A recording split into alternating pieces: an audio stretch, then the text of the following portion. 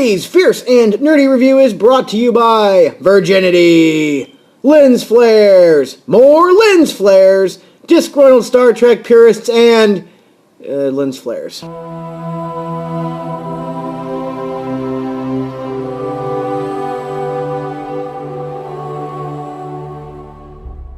Superhuman fanboy and orator J.J. Abrams returns with Star Trek Into Darkness, the follow-up to 2009's highly successful reboot. Hello everyone, I am your robust host and formerly targeted demographic representative, Joshua Malden.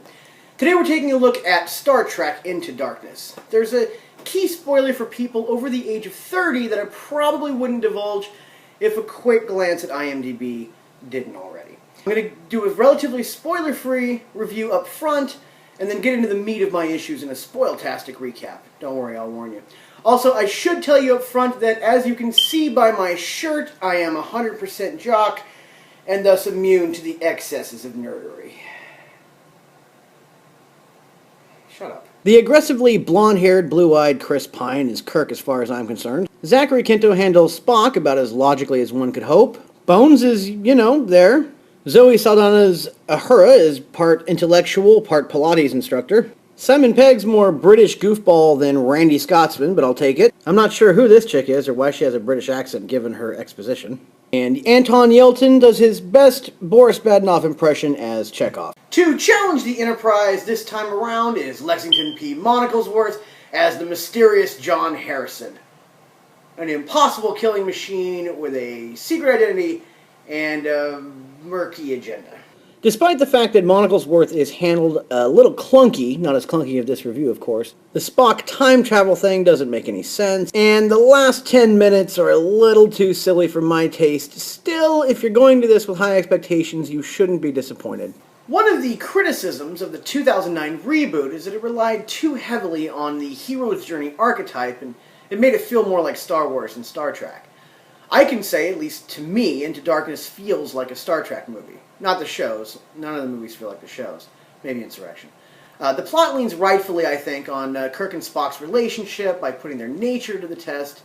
The set pieces are exciting and clearly photographed. The secondary characters are utilized exactly how you want them to be. Except for Bones, but whatever. I have a bit of a hang-up I'll get to in a minute, but for now, all things considered, go see it. On the Batman scale of film excellence, with Batman and Robin being the worst and The Dark Knight being the best, Star Trek Into Darkness beams in at a Batman 89. Spoiler alert! Spoiler alert! Turn it off now if you're afraid of a spoiler alert. Spoiler alert. Still here? Good. Alright, let's start a little context. Space Seed was a 1967 Star Trek episode that introduced Khan, played by Ricardo Montalban, the original most interesting man in the world. He, his incredible pecs, and his wrath would then show up some 20 years later as the basis for Star Trek II. The Wrath of Khan being arguably the best Star Trek film with the original cast. Part 4, let's time travel back to save some humpback whales, and Part 6, Geezers Save the Galaxy, are of course in the conversation. Star Trek II is so awesome that it was eventually rewritten to become Star Trek Nemesis, but instead of Khan, Picard took on Bane. So, big reveal, Star Trek Into Darkness is yet another rewrite of The Wrath of Khan. Halfway through you find out Monoclesworth is a new Khan, the Space Seeds make an appearance, and the rest of the movie borrows heavily from material we've already seen. A lot of people, especially hardcore fans, may dig on that. I wanted something new. I found myself taken out of the action, wondering how closely Into Darkness would follow Star Trek II. And even though the writers mix it up, why do that in the first place? And if you're going to do it, why change the ending? The Wrath of Khan ends on a fantastic downer. This one ties everything up into a neat little package. The title, Into Darkness, insinuates, darkness, but whew, darkness averted.